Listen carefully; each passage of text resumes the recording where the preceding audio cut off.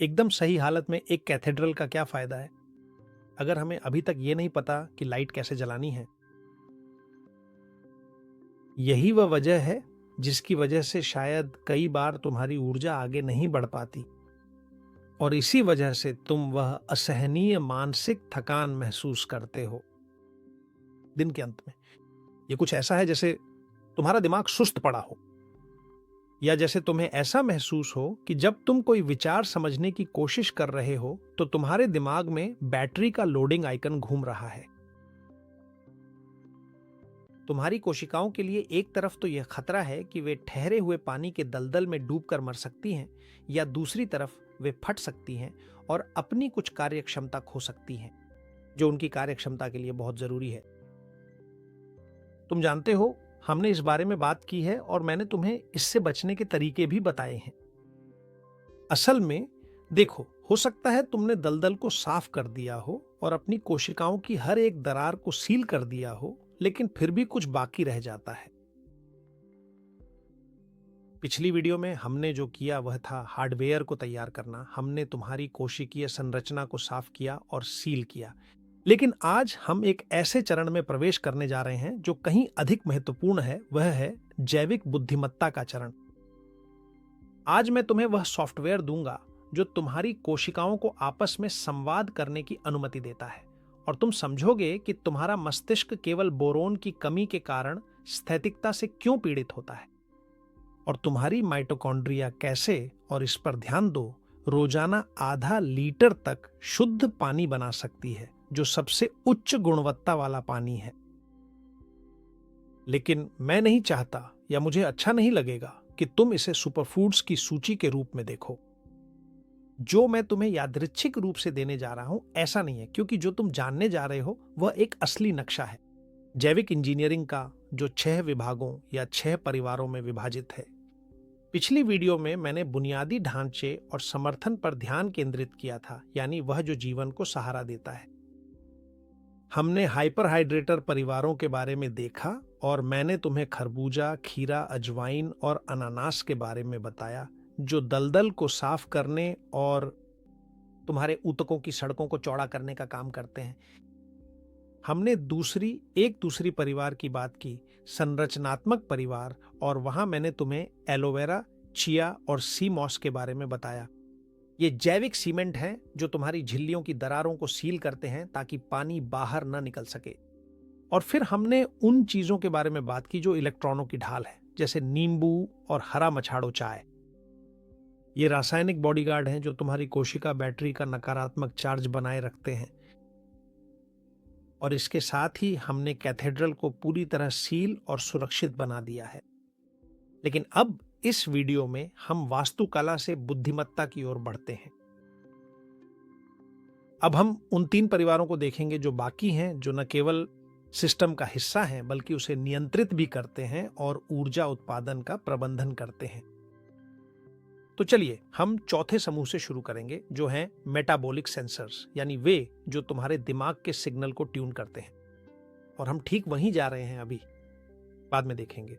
5वां समूह mitochondrial optimiser, वे हैं जो आपकी कोशिकाओं को सिखाते हैं धन्यवाद अपना पानी खुद बनाने के लिए। और अंत में हम उन चीजों की ओर बढ़ेंगे जो मूल की ओर वापसी हैं, यानी वे तरल पदार्थ जो आपके प्लाज्मा को जीवन के मूल मैट्रिक्स से जोड़ते हैं। अब जब आपको नक्शा फिर से याद आ गया है, तो आपके सेलुलर ऑपरेटिंग सिस्टम के सक्रियण में आपका स्वागत है। चलिए इंस्टॉल करते हैं। बुद्धिमत्ता की पहली परत इंस्टॉल करेंगे। आइए चौथे समूह की ओर बढ़ते हैं, जो है सेंसर्स। मेटाबॉलिक, ये वे हैं जो फ्रीक्वेंसी को समायोजित करने का काम करते हैं। बायोफिजिक्स में मस्तिष्क शब्दों से नहीं सोचता, बल्कि विद्युत संकेतों से सोचता है, जो एक जलीय माध्यम के माध्यम से यात्रा करते हैं। हम इन सभी पिछले वीडियो में इसके बारे में बात कर रहे हैं। और अगर वह पानी संरचित नहीं है या उसमें खनिजों की रुकावटें हैं, तो संकेत बिखर जाता है। और यही वह है जो आप अनुभव करते हैं जब हम मानसिक धुंध की बात करते हैं। तो चलिए पहले खाद्य पदार्थ की ओर बढ़ते हैं, जो मेटाबॉलिक सेंसर्स हैं। नाशपाती, नाशपाती हमारे शरीर में बोरॉन की सबसे बड़ी ट्यूनर है। आपके मस्तिष्क के पानी को पूर्ण सटीकता की आवश्यकता होती है ताकि आपके विचारों में कोई लैग ना हो, कोई देरी ना हो।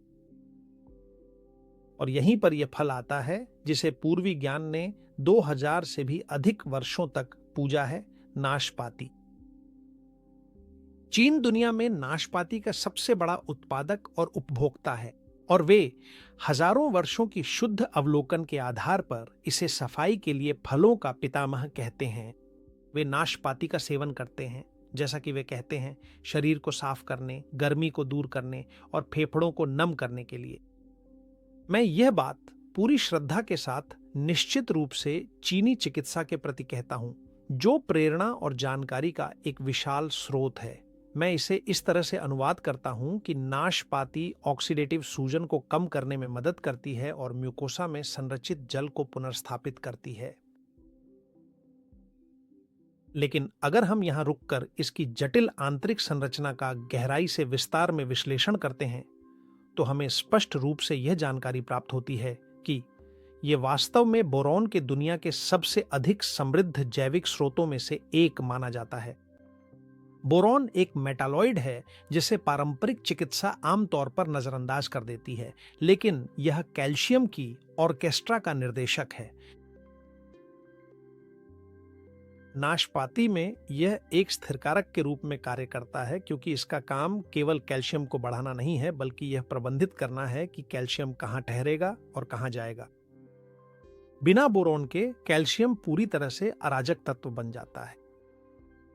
और अब ध्यान दो, क्योंकि यह एक ऐसी जानकारी है जो तुम्हारे इस फल को देखने के नजरिए को बदल देगी।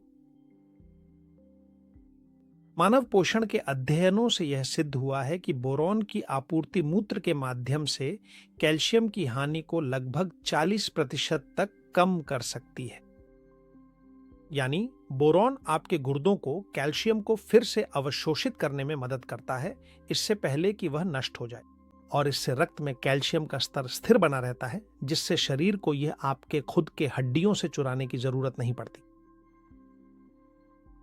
यह सचमुच एक मुहर की तरह है जो आपकी कैथेड्रल की नींव को बिखरने से रोकती है, या फिर दूसरे शब्दों में कहें तो यही पहला कारण है कि बोरॉन कैल्शियम को स्थिर करता है। और जैसा कि आप देख सकते हैं, यह एक पूरी तरह से तार्किक कारण है। ताकि कैल्शियम आपकी कैथेड्रल की पत्थर में, यानी हमारे शरीर की हड्डियों में जमा हो और न कि पाइपलाइनों या धमनियों में, इसके लिए हमें सक्रिय विटामिन डी की आवश्यकता होती है। लेकिन इसमें एक तकनीकी समस्या है। सूरज या भोजन से मिलने वाला विटामिन डी शुरुआत में केवल एक कच्चा माल होता है, निष्क्रिय। यानी यह ऐसा है जैसे आपके पास ईंटें निर्माण स्थल के दरवाजे पर पड़ी हों, लेकिन उन्हें लगाने के लिए कोई मजदूर ना हो। और यहीं पर बोरॉन और नाशपाती की भूमिका आती है। असल में ये दोनों आपके शरीर में दो महत्वपूर्ण इंजीनियरिंग कार्य करते हैं।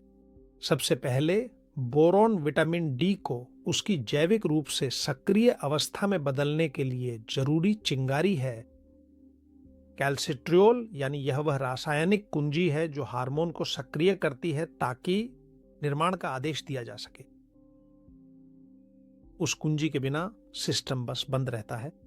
यानी बोरॉन जो करता है वह निर्माण को सक्रिय करना है। और दूसरा, बोरॉन दूसरी ओर उन एंजाइम्स को रोकता है जो आपके खून से कैल्सिट्रियोल को हटाने की कोशिश करते हैं। इंजीनियरिंग की भाषा में इसका मतलब है कि यह उसकी आधी उम्र को बढ़ा देता है। हार्मोन आपके सिस्टम में ज्यादा समय तक सक्रिय रहता है। इससे कैल्शियम का चक्र स्थिर हो जाता है और आपके शरीर को उसे वहीं जमा करने का समय मिल जाता है जहां उसकी सबसे ज्यादा जरूरत है। सारांश में, बिना बोरॉन के आप दुनिया भर की धूप ले सकते हैं, लेकिन कैल्शियम को प्रवेश का आदेश नहीं मिलेगा और वह फंस जाएगा। यह आपके मुलायम ऊतकों में कैल्सिफिकेशन कर देगा, बजाय इसके कि आपकी हड्डियों की संरचना को मजबूत करे। अगर आप इसे सही से समझ रहे हैं तो ठीक इसी तरह हम जड़ से उस चीज को खत्म करते हैं जो मानसिक धुंध को बढ़ावा देती और उत्पन्न करती है। आपको यह समझना होगा कि कैल्शियम सिर्फ आपकी हड्डियों के लिए एक निर्माण सामग्री नहीं है, बल्कि यह एक अत्यंत शक्तिशाली विद्युत संदेशवाहक भी है। लेकिन जैसे किसी भी उच्च गुणवत्ता वाले सिस्टम में होता है, अगर संदेश वहां रिस जाए जहां नहीं चाहिए, तो अंत में केवल शोर ही पैदा होता है।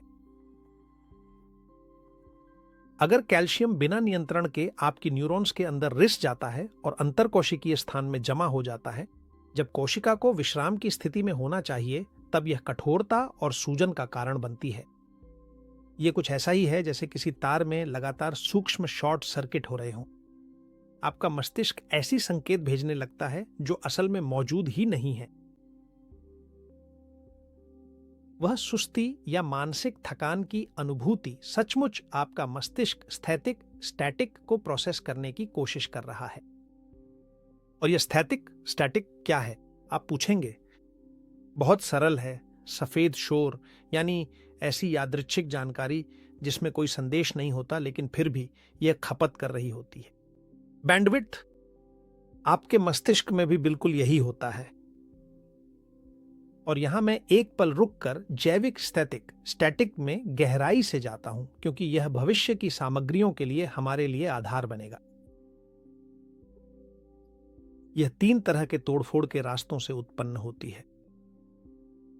पहला, इलेक्ट्रोलाइटिक हस्तक्षेप के कारण, और यही वह है जिसके बारे में हम अब तक बात कर रहे हैं।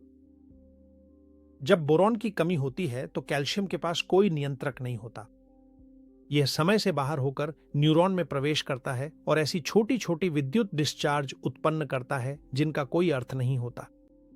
और आपका मस्तिष्क उन डिस्चार्ज को पढ़ने की कोशिश करता है, लेकिन असल में वह एक पैटर्न ढूंढ रहा होता है जो वास्तव में मौजूद ही नहीं है। और यही है स्थैतिक स्टैटिक।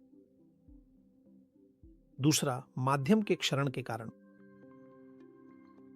संरचित जल H3O2 फाइबर ऑप्टिक केबल की तरह है। हम इसके बारे में पहले भी कई बार बात कर चुके हैं। तो चीनी उस केबल को पिघला देती है और उसे कुछ ऐसा बना देती है जैसे पुराना तांबा, और मेरा मतलब है साधारण तरल H2O से। अब सिग्नल साफ सुथरा यात्रा नहीं करता, वह बिखर जाता है, गर्म हो जाता है और हस्तक्षेप उत्पन्न करता है। हम इसके बारे में इस श्रृंखला के अगले वीडियो में बात करेंगे। और तीसरा है signal to noise ratio telecommunication में SNR। अगर शोर बहुत ज्यादा है तो सिग्नल खो जाता है, तो दिमाग अपनी ऊर्जा का एक बहुत बड़ा हिस्सा खर्च करता है ATP सोचने में नहीं, बल्कि शोर को छांटने में, ताकि सिग्नल मिल सके। इसी वजह से और किसी कारण से नहीं, तुम थक जाते हो। तुम सिर्फ रेडियो को ट्यून किए रखने के लिए सचमुच बहुत बड़ा प्रयास करते हो। तो बात यह है, यहीं पर नाशपाती तुम्हारे लिए एक सटीक उपकरण बन जाती है, क्योंकि बोरॉन सेल झिल्ली के रखरखाव इंजीनियर की तरह काम करता है और कैल्शियम को न्यूरॉन के बाहर रखने में मदद करता है जब न्यूरॉन आराम कर रहा होता है। यानी यह चैनलों को स्थिर करता है, और इन चैनलों को स्थिर करके बोरॉन मुख्य रूप से यह सुनिश्चित करता है कि हमारे न्यूरॉन केवल तभी सक्रिय हों जब कोई वास्तविक और बहुत ही आवश्यक संकेत मौजूद हो। यानी यह उस संकेत को भी पूरी तरह से साफ और स्पष्ट बना देता है। नाशपाती में मौजूद बोरॉन के बिना तुम्हारा दिमाग एक तरह के पुराने रेडियो की तरह है, जिसमें बहुत सी रुकावटें होती हैं, लेकिन इसके साथ यह एक सटीक यंत्र बन जाता है। जब तुम एक नाशपाती खाते हो तो अपनी आंतरिक रेडियो को ऐसे ट्यून कर रहे हो कि तुम्हारे विचारों की संगीत साफ और बिना किसी शोर के सुनाई दे। लेकिन अभी भी कुछ और बाकी है। अब बात करते हैं तुम्हारी आंतरिक संरचना के एक महत्वपूर्ण हिस्से की, जो अक्सर नजरअंदाज कर दी जाती है, पैराथायरॉयड ग्रंथि। ये छोटी सी ग्रंथि ही तुम्हारे शरीर में कैल्शियम के स्तर को नियंत्रित करती है, और ये काम एक हार्मोन जिसे PTH कहते हैं उसके जरिए करती है। तुम्हारे शरीर में एक सख्त अनुशासन है जिसमें यह तय है कि खून में कैल्शियम का स्तर लगभग बिल्कुल भी नहीं बदल सकता। और ऐसा क्यों है?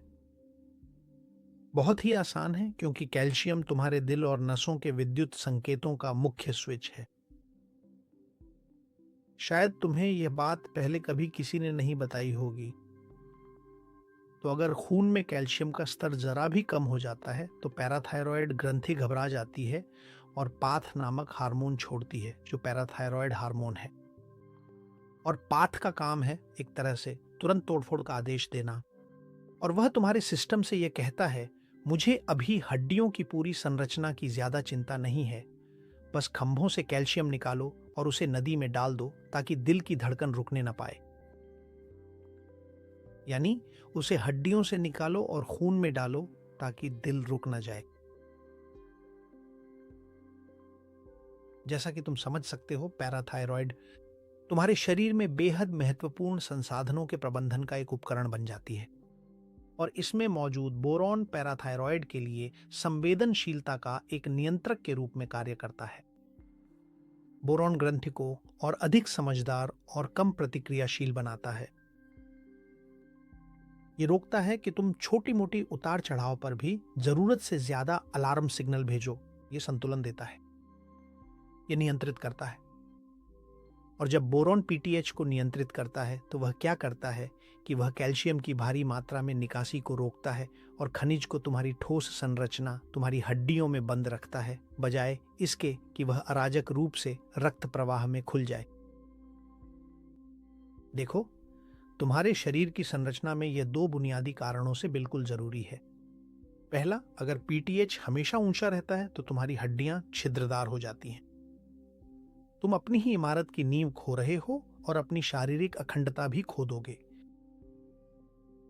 जब हड्डियों से भारी मात्रा में कैल्शियम निकाला जाता है तो प्लाज्मा, और यह दूसरा कारण है, उन खनिजों से भर जाता है जो इतनी मात्रा में वहां नहीं होने चाहिए थे।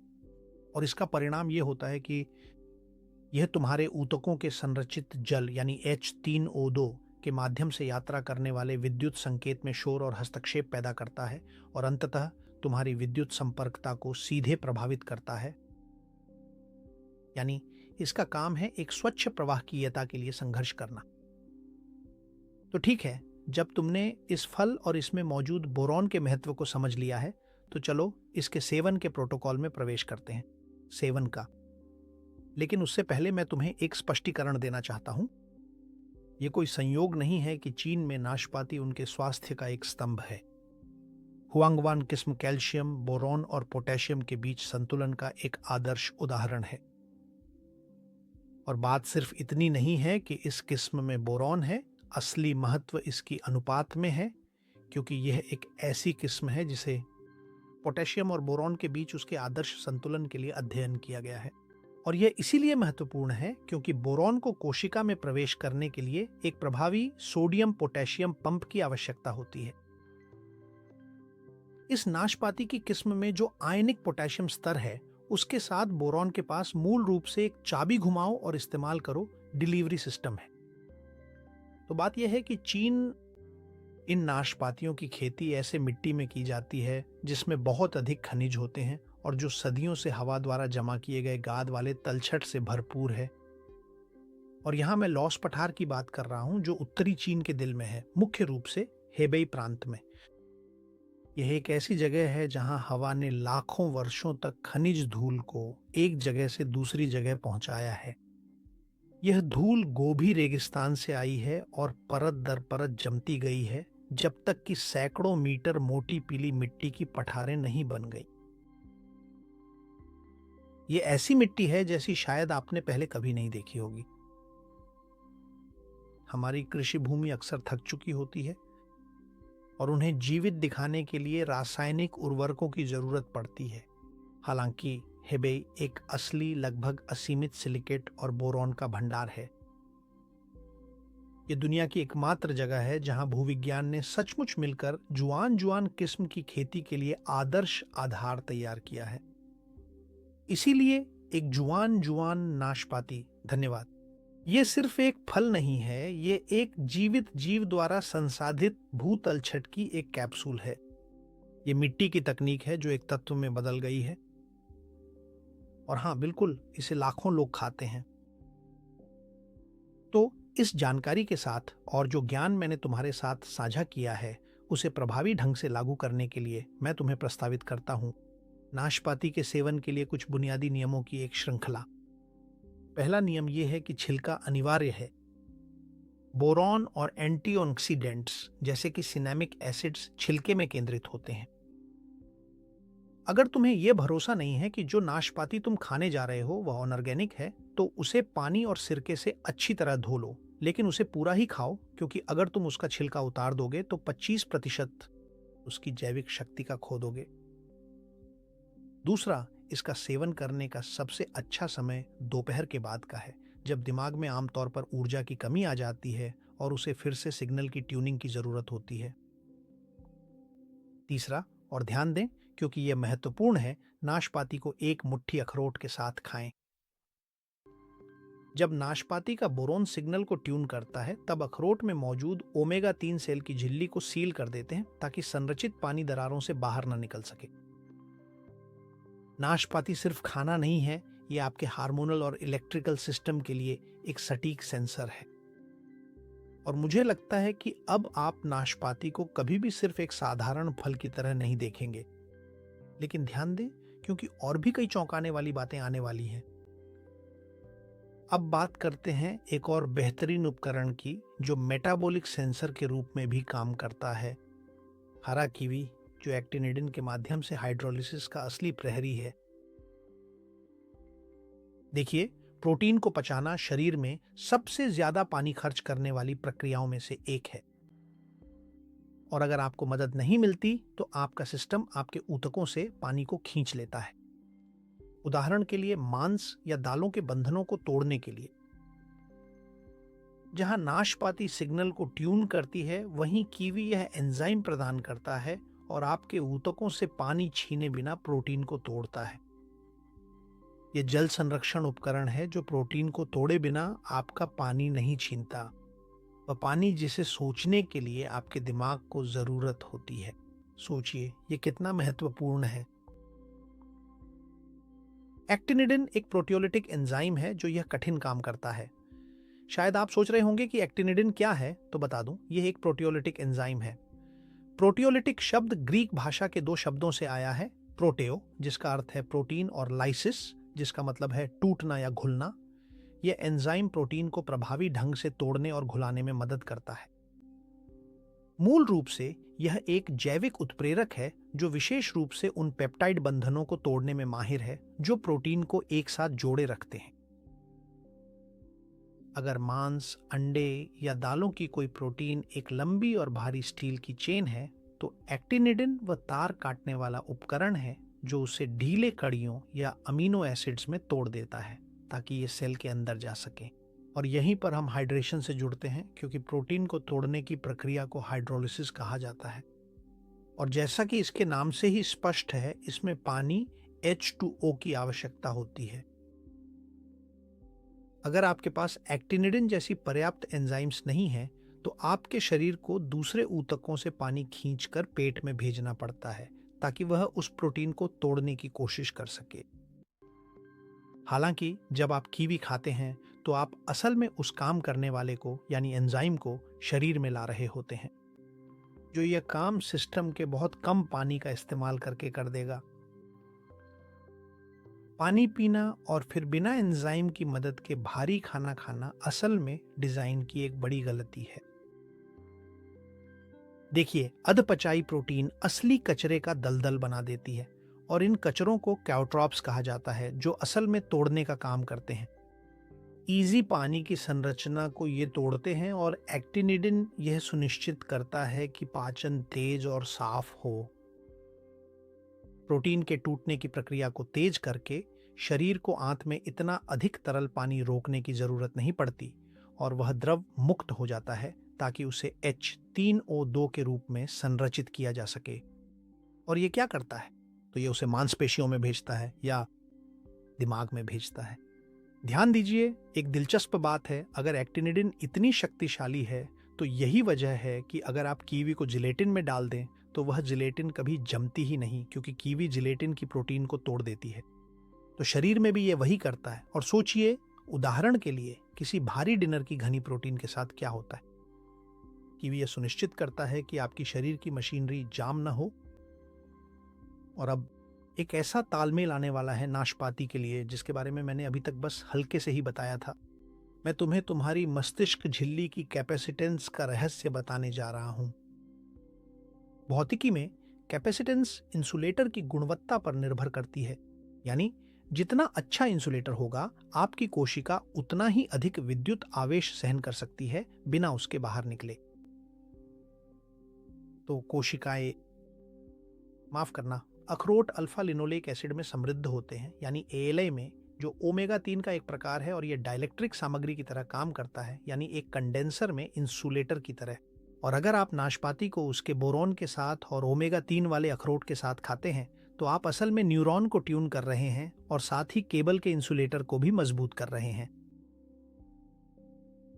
मान लीजिए कि आप एंटीना की मरम्मत कर रहे हैं क्योंकि ओमेगा 3 वसा झिल्ली में समाहित हो जाती है और उसे वह तरलता प्रदान करती है जिससे H3O2 की संरचित जल कोशिका से चिपक जाती है और दरारों से बाहर नहीं निकलती।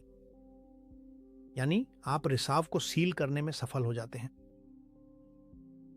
और अब जब आप इस सारी जानकारी और इस सुरक्षा कवच के साथ यहां तक पहुंच गए हैं, सुरक्षात्मक कवच और ट्यून किए गए सेंसर्स के साथ, हम ऊर्जा प्रबंधन के अगले स्तर पर जाने के लिए तैयार हैं। 5वां समूह है माइटोकॉन्ड्रियल ऑप्टिमाइजर या प्रकाश का जल। और यहां मैं आपसे एक सवाल पूछता हूं, अगर मैं आपसे कहूं कि आपकी कोशिकाएं बिना एक भी बूंद पिए पूरी तरह से संरचित अपना खुद का जल बना सकती हैं, तो क्या होगा? इसे ही हम चयापचयी जल कहते हैं। यह सबसे उच्च गुणवत्ता वाला जल है जो मौजूद है और यह आपकी विद्युत उत्पादन इकाइयों यानी माइटोकॉन्ड्रिया में बनता है। तो इस फैक्ट्री के सुचारू रूप से चलने के लिए हमें सबसे पहले सफाई और निर्माण के विशेषज्ञों की जरूरत होती है और वे हैं अनार और काले अंगूर। सोचिए, आपकी हर एक कोशिका के अंदर हजारों छोटी भट्टियां होती हैं जिन्हें माइटोकॉन्ड्रिया कहा जाता है। इन माइटोकॉन्ड्रिया का काम है कि वे आपके द्वारा खाए गए भोजन के ईंधन को जलाकर ऊर्जा यानी एटीपी उत्पन्न करें। और जब आप युवा होते हैं तो ये भट्टियां बेहद कुशलता से काम करती हैं। लेकिन समय के साथ तनाव और अधिक चीनी के कारण होता यह है कि इनकी कुछ पुर्जे खराब होने लगते हैं। माइटोकॉन्ड्रिया बूढ़े और दोषपूर्ण हो जाते हैं और स्वच्छ ऊर्जा के बजाय एक तरह का विषैला धुआं छोड़ने लगते हैं जिसे हम फ्री रेडिकल्स कहते हैं। यही है असली समस्या। एक कोशिका जिसमें टूटी हुई भट्टियां भरी हों, वह कोशिका पानी को संभालने के लिए ऊर्जा नहीं रखती। और यहीं पर अनार और लाल अंगूर एक असली उच्च स्तरीय इंजीनियरिंग टीम की तरह सामने आते हैं। सेलुलर रिसाइकलिंग कैसे काम करती है, या तकनीकी भाषा में कहें तो माइटोफैगी। तो देखिए, अनार में कुछ यौगिक होते हैं जिन्हें एलिगिटेनिन्स कहा जाता है, जो कि जब आपकी माइक्रोबायोटा द्वारा ये यूरोलिथिन में बदल जाती है। और यह यौगिक आज के विज्ञान में इसीलिए प्रसिद्ध है क्योंकि यह उन कुछ में से एक है जो माइटोफैगी को सक्रिय करने में सक्षम है। और यह असल में है क्या? तो सोचिए कि आपकी कोशिका के पास एक गुणवत्ता नियंत्रण प्रणाली है। यूरोलिथिन एक खुद गंदगी को साफ नहीं करता, बल्कि यह मूल रूप से पुरानी भट्टियों को टैग करता है। ये एक फ्लोरेसेंट मार्कर की तरह काम करता है जो कोशिका को बताता है ये माइटोकॉन्ड्रिया अब काम का नहीं है, इसे रिसाइकल करो।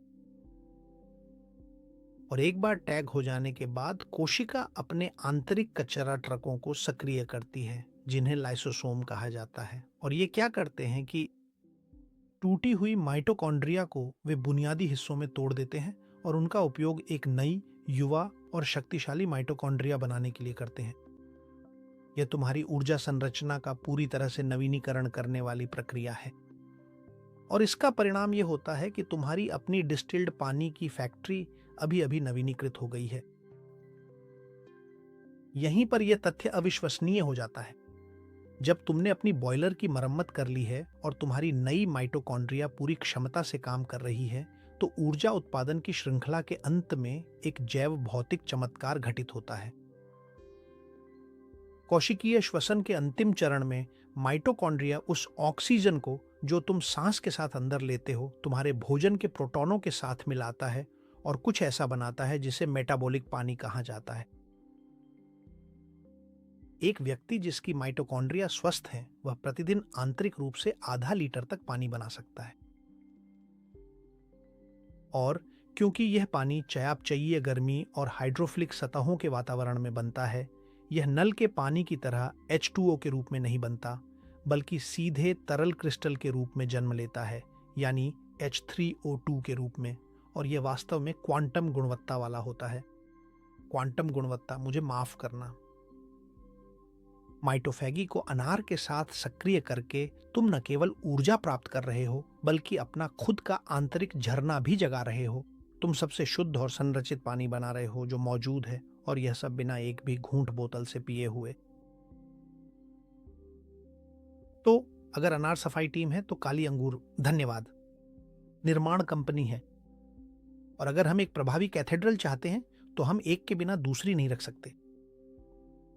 जब माइटोफैगी की प्रक्रिया में कोशिका उस बॉयलर को पहचानती है जो अब काम का नहीं रहा, यानी दोषपूर्ण माइटोकॉन्ड्रिया, जैसा कि मैंने बताया, तो वह उसे खोल देती है और उसके हिस्सों को पुनः उपयोग करती है। अगर इस चरण में हमारी कोशिकाएं पूरी तरह से जैविक कबाड़ से भर जाती तो वह कबाड़ पानी के प्रवाह को रोक देता। यहीं पर आता है काली अंगूर अपने प्रमुख यौगिक रेस्वेराट्रॉल के साथ। अगर अनार जमीन को साफ करता है तो रेस्वेराट्रॉल नया भवन बनाने का आदेश देता है। रेस्वेराट्रॉल कुछ प्रोटीनों को सक्रिय करता है जिन्हें सर्टुइन कहा जाता है, और ये सर्टुइन दीर्घायु के मुख्य स्विच होते हैं।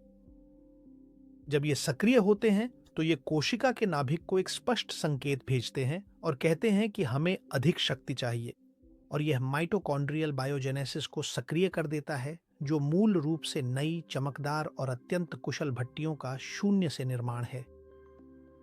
यानी अनार पुराना हटा देता है, सफाई करता है, और काली अंगूर नया बनाती है, विस्तार की जिम्मेदारी लेती है।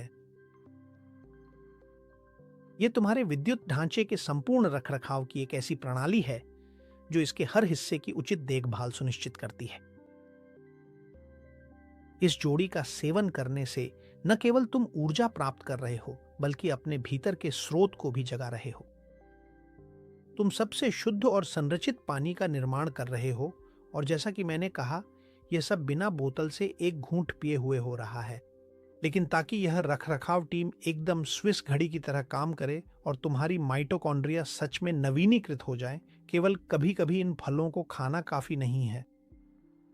यह बहुत महत्वपूर्ण है।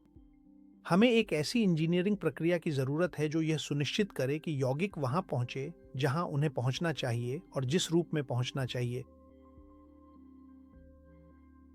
यहां तुम्हारे शरीर के रोजमर्रा के जीवन में इस डायनामिक जोड़ी को शामिल करने के लिए रोड मैप है। एक तरफ है सफाई का चरण जिसे अनार यूरोलिटिन ए के माध्यम से पूरा करता है। जैसा कि मैंने कहा, अनार सफाई करने वाला है, लेकिन याद रखो कि यूरोलिटिन ए तुम्हारी माइक्रोबायोटा बनाती है। अनार जो करता है वह है एलिजिटैनिन्स प्रदान करना, और जब ये तुम्हारी माइक्रोबायोटा से गुजरते हैं तो ये यूरोलिटिन ए में बदल जाते हैं। इसलिए अगर तुम्हारी आंत स्वस्थ नहीं है तो इसका प्रभाव कम हो जाता है। इसके बाद सबसे अच्छा है कि पूरे एरिल का सेवन किया जाए, यानी लाल बीजों का। तुम्हें न केवल एलिजिटैनिन मिलेगा बल्कि वह फाइबर भी मिलेगा जो उन बैक्टीरिया को पोषण देता है जो यूरोलिटिन बनाते हैं। और मात्रा की बात करें तो अगर संभव हो तो आदर्श है कि रोजाना आधा अनार या 150 मिलीलीटर शुद्ध जूस का सेवन करें। हाँ, जूस वही होना चाहिए जो कोल्ड प्रेस्ड हो और जिसमें कोई अतिरिक्त चीनी ना हो। और अगर आप जूस का इस्तेमाल करते हैं तो ऐसा जूस चुनें जिसमें अनार के छिलके का भी एक हिस्सा प्रेस किया गया हो, यानी अनार का सफेद कड़वा भीतरी हिस्सा, क्योंकि वहीं जहां सबसे शक्तिशाली प्रिकर्सर केंद्रित होते हैं। और अब हम निर्माण के चरण पर पहुंचते हैं।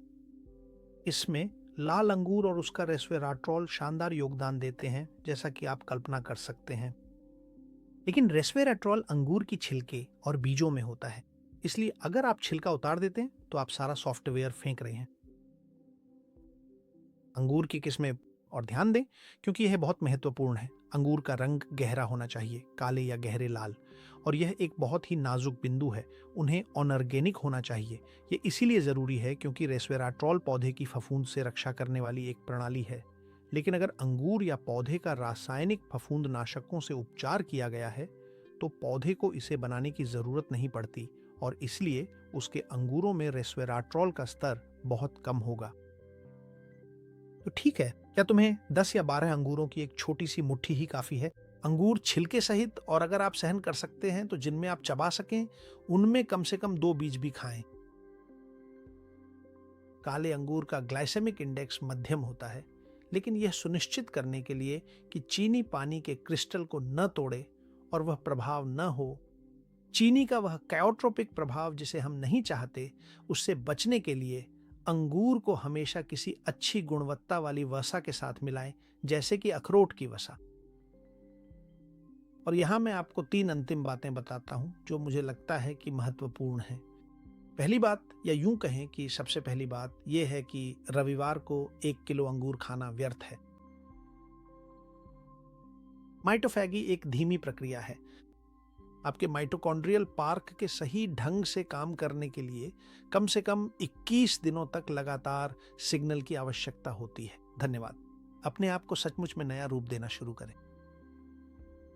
दूसरी बात, अगर आप अनार के प्रभाव को बढ़ाना चाहते हैं तो सुनिश्चित करें कि आपकी डाइट पॉलीफेनोल्स से भरपूर हो, यानी कि इसमें मेवे, ग्रीन टी और शुद्ध कोको आदि शामिल हों, क्योंकि ये एक्करमेंसिया बैक्टीरिया का भोजन है जो यूरोलिटिन ए बनाने में सबसे अच्छे हैं।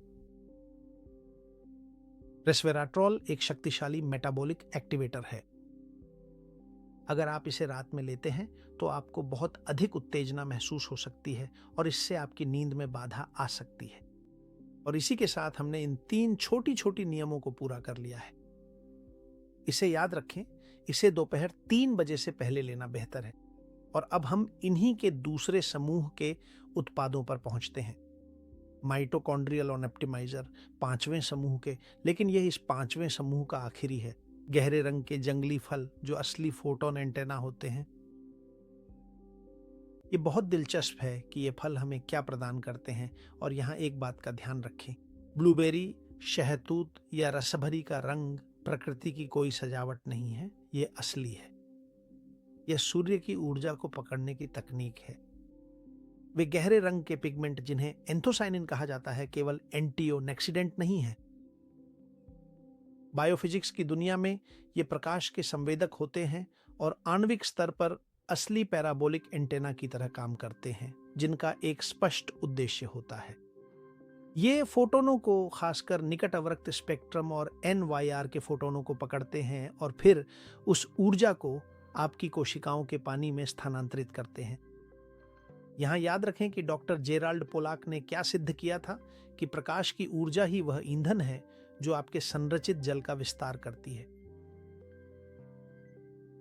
जब आप जंगली फलों का सेवन करते हैं तो आप अपने ऊतकों को ऐसे रिसेप्टर्स से रंग रहे होते हैं जो आपकी त्वचा और आंखों को असली जैविक सोलर पैनल में बदल देते हैं ताकि वे प्रकाश को ग्रहण कर सकें। आप सूरज या यहां तक कि सर्दियों में अलाव की गर्मी को भी इसमें मदद कर रहे हैं। ये आपकी आंतरिक बैटरी को इतनी कुशलता से चार्ज करते हैं जितनी केवल पानी कभी नहीं कर सकता।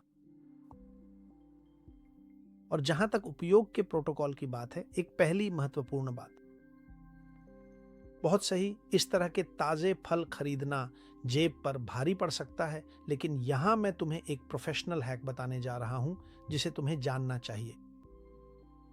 फ्रीजर की ओर जाओ। एंथोसाइनिन्स ठंड के प्रति बेहद प्रतिरोधी होती है, इसलिए इन फलों को जमे हुए खरीदना न केवल आपको 60 या 70% तक कीमत में बचत कराएगा, बल्कि यह भी सुनिश्चित करता है कि इनका सॉफ्टवेयर पूरी तरह सुरक्षित है, क्योंकि आमतौर पर इस तरह के फल अधिकतम पकने के समय ही फ्रीज किए जाते हैं। और खुराक क्या है? रोजाना एक मुट्ठी, लगभग 50 से 80 ग्राम। तुम्हें किलो भरने की जरूरत नहीं है, तुम्हें बस यह चाहिए कि जैविक संकेत लगातार बना रहे ताकि तुम्हारी माइटोकॉन्ड्रिया लगातार नवीनीकृत होती रहे। अगर तुम अपने मुट्ठी भर जंगली फल खा लेते हो और थोड़ी देर धूप में टहलने निकल जाते हो, जो कि त्रिकोण का पहला स्तंभ है जिसे हम अगले वीडियो में देखेंगे, तो तुम्हारी एंटेना यानी वे पिगमेंट्स जिनके बारे में मैं बात कर रहा हूं और ऊर्जा या रोशनी का मेल तुम्हारे आंतरिक जल की गुणवत्ता को 10 गुना बढ़ा देगा। और अब हम खाने पीने की चीजों के सबसे आखिरी और अंतिम समूह पर पहुंच गए हैं। ताकि तुम्हारा मंदिर विद्युत रूप से परिपूर्ण हो, हमें एक ऐसे तरल की आवश्यकता है जो न केवल खनिजों का परिवहन करे, बल्कि उसमें तुम्हारे अपने रक्त जैसी ही कंपनात्मक पहचान हो। यहां हम तुम्हारे सिस्टम को जीवन की मूल मैट्रिक्स से जोड़ने की बात कर रहे हैं। और अगर बाकी परिवारें सॉफ्टवेयर थीं और रिजर्व पार्ट्स, तो ये छठा परिवार मूल विद्युत नेटवर्क से जुड़ाव है। मैं तुम्हें उन चीजों के बारे में बता रहा हूं जो मूल की ओर वापसी या पूर्ण चालकता का प्रतीक हैं। और चलो नारियल पानी से शुरू करते हैं, जिसे वनस्पति प्लाज्मा भी कहा जाता है। नारियल पानी सिर्फ एक ताजा पेय नहीं है, यह वह पानी है जिसे महीनों तक छना और संरचित किया गया है, पल्म के रेशों के माध्यम से, अणु दर अणु, महीनों तक। और सोचो ये कितना शक्तिशाली है। इसकी संरचना मानव प्लाज्मा के इतनी समान है कि द्वितीय विश्व युद्ध के दौरान जब अत्यंत आपातकालीन स्थितियां आईं, तब नारियल पानी का उपयोग सीधे अंतःशिरा ट्रांसफ्यूजन द्रव्य के रूप में किया गया था। जब आप नारियल पानी पीते हैं तो आप कोई जूस नहीं पी रहे होते, बल्कि आप खून का एक विकल्प पी रहे होते हैं। और जैसा कि आप पहले से जानते हैं और हमने पिछले वीडियो में देखा था, आपकी सेहत इस बात पर निर्भर करती है कि आप सोडियम को बाहर निकालें और पोटेशियम को अंदर लें। तो नारियल पानी पोटेशियम को उसकी आयनिक अधिक जैव उपलब्धता वाली अवस्था में प्रदान करता है, और इससे आपकी झिल्लियों का पंप कुछ ऐसा काम करता है जैसे उसे असली रेसिंग ईंधन मिल गया हो। सरल शब्दों में कहें तो नारियल पानी आपकी झिल्लियों को तुरंत -70 मिलीवोल्ट या -90 मिलीवोल्ट के वोल्टेज तक ठीक होने में मदद करता है। वह तनाव हर दिन आपसे कुछ न कुछ छीन लेता है। और चूंकि यह किसी जीवित जीव द्वारा फिल्टर किया गया पानी है, इसलिए यह पहले से ही तरल क्रिस्टल अवस्था में होता है, H3O2। यह वह हाइड्रेशन है जिसे आपकी कोशिकाएं तुरंत पहचान लेती हैं। इसे संसाधित करने में एक जूल ऊर्जा भी खर्च नहीं होती है, और यही नारियल पानी का महत्व है। इस जानकारी को संभाल कर रखें और अच्छे से याद रखें। लेकिन यह अकेला नहीं है जो हमें मूल की ओर लौटने में मदद करता है। अब हम एक और ऐसे भोजन की बात करेंगे जो हमें मूल विद्युत नेटवर्क से जोड़ता है। हम इसके बारे में पहले भी कई बार बात कर चुके हैं और यह तुम्हें बिल्कुल भी अजीब नहीं लगेगा, चौंकाने वाला। समुद्री जल, क्विंटन का टोटम मरीन। इसी तत्व के कारण हम रेने क्विंटन की प्रतिभा को फिर से पाते हैं। उन्होंने कुछ ऐसा साबित किया जो बदल जाना चाहिए था। जिस तरह से तुम खुद को देखते हो वह बदलनी चाहिए। उन्होंने यह साबित किया कि हमारी कोशिकाओं का आंतरिक माध्यम, इंटरस्टिशियल द्रव, मूल रूप से पतला समुद्री जल है। और उन्होंने कहा कि हम एक तरह के पैरों वाले एक्वेरियम हैं, यानी एक चलने वाला एक्वेरियम। समुद्री जल सिर्फ नमक वाला पानी नहीं है, यह जैविक जानकारी का एक पूरा सूप है जिसमें आवर्त सारणी के 92 तत्व मौजूद हैं, बिल्कुल उन्हीं अनुपातों में जिनकी तुम्हारी कोशिकाओं को जरूरत होती है। लेकिन शुद्ध समुद्री जल हाइपरटोनिक होता है, यानी इसमें हमारे शरीर के लिए बहुत अधिक नमक होता है। और जो हम कर सकते हैं वह है इसे पतला करना। और जब हम इसे पतला करते हैं तो हम एक समदाब आइसोटोनिक घोल बनाते हैं जिसमें लवणता लगभग 9 ग्राम नमक हो जाती है प्रति लीटर। ऐसा करने से जो हम हासिल करते हैं, एक ऐसा घोल बनाना है जो तुम्हारे खून के समान है, और यह मिश्रण तुम्हारे लिए एक असली रीसेट की तरह काम करता है। आंतरिक एक्वेरियम। अगर तुम अपने सिस्टम को क्विंटन के टोटेम से भर देते हो, तो जो तुम कर पाते हो वह है अपने एक्वेरियम का सारा गंदा पानी साफ करना। 2 मिनट में अपने एक्वेरियम का गंदा पानी साफ करना और अपनी कोशिकाओं को एक आदर्श विद्युत माध्यम देना, वही माध्यम जिसमें लाखों साल पहले जीवन की उत्पत्ति हुई थी। तो ठीक है, इसे अपने शहरी कैथेड्रल में लागू करने के लिए इन प्रोटोकॉल्स को नोट कर लो। नारियल पानी के मामले में जो तुम्हारे लिए सबसे अच्छा वोल्टेज इंजेक्शन है, अगर तुम्हें ताजे नारियल नहीं मिलते तो ऐसी ब्रांड्स देखो जो 100% नारियल पानी की गारंटी देती हो, और बेहतर होगा कि वह उच्च दबाव से प्रोसेस किया गया हो। इस पर HPP लिखा होगा, और तेज गर्मी से नहीं, क्योंकि गर्मी पानी की संरचना को नष्ट कर देती है आदि। इसे अपने आपातकालीन ईंधन के रूप में इस्तेमाल करो। उदाहरण के लिए किसी तीव्र वर्कआउट, सोना या बहुत अधिक मानसिक मेहनत वाले दिन के बाद, क्योंकि यह तुम्हारे दिमाग के लिए सीधा वोल्टेज इंजेक्शन है। और समुद्री पानी के लिए, या जो तुम्हारा है, कम लागत वाले प्लाज्मा के लिए ठंडे माइक्रोफिल्टर्ड समुद्री पानी को खरीदो ताकि उसकी विद्युत चार्ज नष्ट न हुई हो।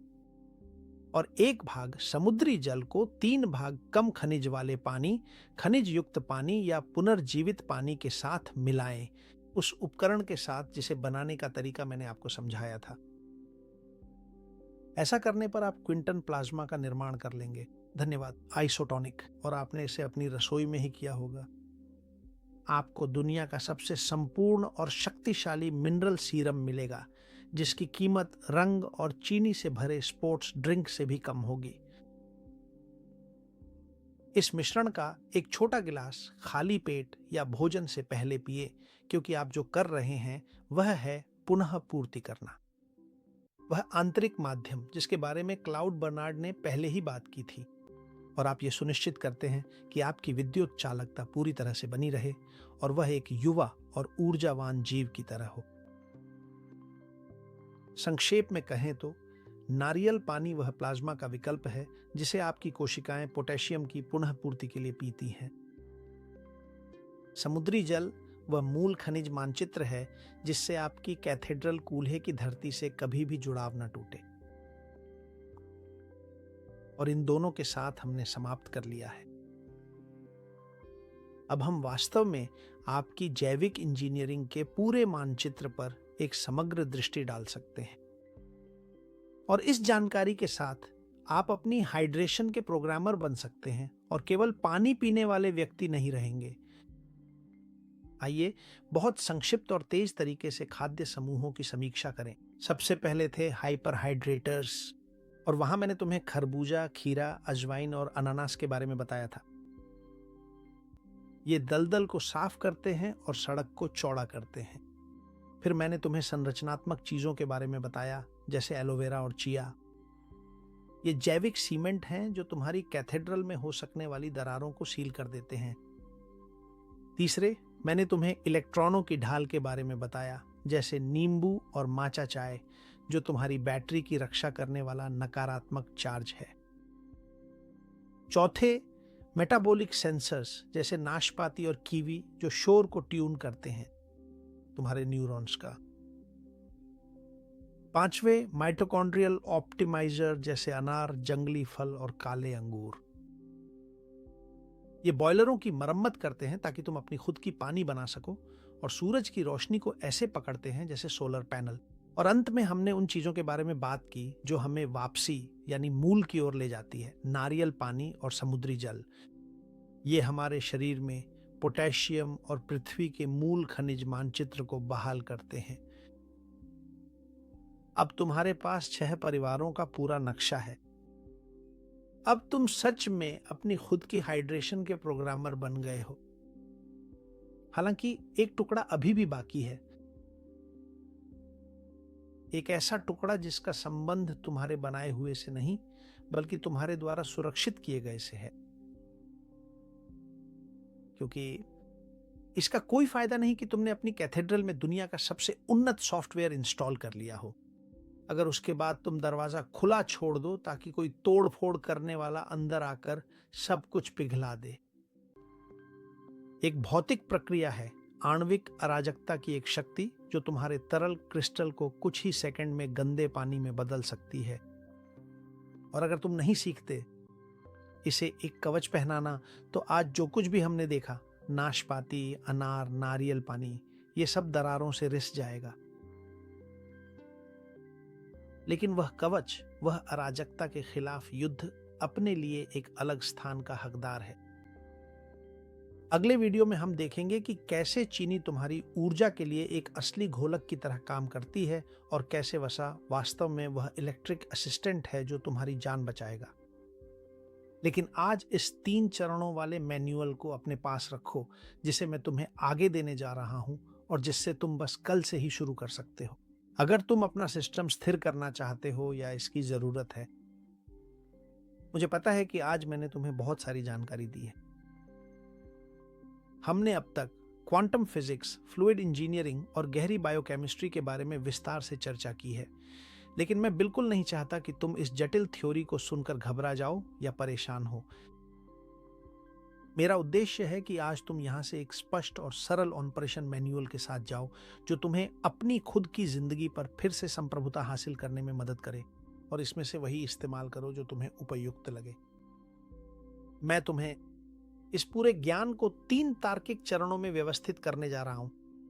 3 कदम जिन्हें तुम, जैसा कि मैंने कहा, कल से ही शुरू कर सकते हो, ताकि तुम्हारा वोल्टेज सिर्फ एक थ्योरी न रहे, बल्कि तुम्हारी नई जैविक वास्तविकता बन जाए। चरण 1 है मलबा हटाना, और यह तुम्हें सुबह के समय करना चाहिए। हाइपरहाइड्रेटर का इस्तेमाल करो, जैसे कि अजवाइन, खीरा या अनानास। इनका उद्देश्य यहां जैविक दलदल को साफ करना और नाइट्रिक ऑक्साइड से सड़कों को चौड़ा करना है, ताकि पुरानी प्रोटीनें जो बिजली को रोकती हैं या रोक सकती हैं, हटाई जा सके। यानी यह सिस्टम की रेजिस्टेंस को कम करता है, क्योंकि यह सड़कों को तैयार करने का समय है। चरण 2 है सील करना, यानी कुछ करना है। दोपहर के समय संरचनात्मक तत्वों को ओमेगा 3 फैट की सुरक्षा के साथ स्थापित करो, जैसा कि मैंने बताया था। और याद रखो कि संरचनात्मक तत्व एलोवेरा, नोपल या चिया हैं। इस तरह तुम वह जैविक वार्निश बनाते हो जो तुम्हारी झिल्लियों में होने वाले रिसावों की मरम्मत करेगा और यह सुनिश्चित करेगा कि पानी सच में फंसा रहे जहां होना चाहिए, क्योंकि बिना सीलिंग के तुम्हारी ऊर्जा बाहर निकल जाती है। यह है नियंत्रण का चरण। और अंत में चरण 3 यानी प्रज्वलन का चरण, जो शाम या सूर्यास्त के समय के लिए है, और यहां माइटोकॉन्ड्रियल ऑप्टिमाइजर और एंटेना नींबू की मदद से शामिल होते हैं। एक और अनार और अंगूर का सेवन करो। इन्हें उस सफाई टीम की तरह समझो जिसके बारे में मैंने बताया था कि ये माइटोफैगी को सक्रिय करेंगे। मूल रूप से उद्देश्य यह है कि तुम्हारी नई भट्टियां प्रतिदिन आधा लीटर तक मेटाबॉलिक पानी बना सकें। और दूसरी ओर शाम के समय भी मैं तुम्हें सलाह देता हूं कि जंगल के फल खाओ, क्योंकि वही वे एंटेना हैं जो तुम्हें इंफ्रारेड को पकड़ने में मदद करेंगे, ताकि तुम उसे फैला सको। Exclusion zone. और इस तरह अपनी बैटरी को अधिकतम वोल्टेज पर बनाए रखो। ठीक है, तो हम इस वीडियो के अंत तक पहुंच गए हैं। तुम अब एक निष्क्रिय दर्शक नहीं रहे, और अगर तुम इन 6 परिवारों को अपनी जिंदगी में शामिल कर लेते हो, तो तुम वह हाई फिडेलिटी सॉफ्टवेयर इंस्टॉल कर लोगे जिसका तुम्हारा शरीर सालों से इंतजार कर रहा था। तुम अपनी खुद की बायोलॉजी के मुख्य इंजीनियर बन गए हो। अब तुम फल नहीं खाते। अब तुम अपनी हाइड्रेशन को इस तरह प्रोग्राम करते हो कि तुम्हारा कैथेड्रल चमके और आखिरकार ऊर्जा के मामले में आत्मनिर्भर बन जाए। लेकिन याद रखो, जो मैंने तुम्हें बताया है, सॉफ्टवेयर बेकार है अगर आधारभूत संरचना पिघल जाए। इसीलिए अगले वीडियो में हम पूरी तरह से सुरक्षा पर ही ध्यान केंद्रित करेंगे। हम देखेंगे कि अपने वोल्टेज को उस तोड़फोड़ से कैसे बचाएं जो चीनी हमारे साथ करती है, और एक अभेद्य सेलुलर झिल्ली कैसे बनाएं। और एक बार जब हमारे पास वह सुरक्षा होगी, तो हम इस खंड को अंतिम कुंजी के साथ बंद करेंगे, जो है सेलुलर हाइड्रेशन का त्रिकोण। और वहीं हम दबाव, पृथ्वी और प्रकाश के बारे में बात करेंगे, वह भौतिक आधारभूत संरचना जो हमारे पूरे ब्रह्मांड को सहारा देती है। तो ठीक है, अगर ये वीडियो तुम्हारे लिए उपयोगी रहा है और तुम्हें लगता है कि इसने तुम्हें अपनी ऊर्जा पर फिर से नियंत्रण दे दिया है, तो अगर तुम इसे साझा करोगे, तो तुम मेरा बहुत बड़ा उपकार करोगे। तुम ज्ञान के उस महत्वपूर्ण एक्सटेंशन केबल की तरह बन सकते हो, जिसकी अभी बहुत से लोगों को बहुत सख्त जरूरत है, ताकि वे निर्जलीकरण की इस छाया में जीना हमेशा के लिए छोड़ सकें। जैसा कि मैं हमेशा कहता हूं, आगे बढ़ो, हमेशा आगे बढ़ते रहो। और तुम जानते हो, मैं तुम्हारे कमेंट्स पढ़ता हूं,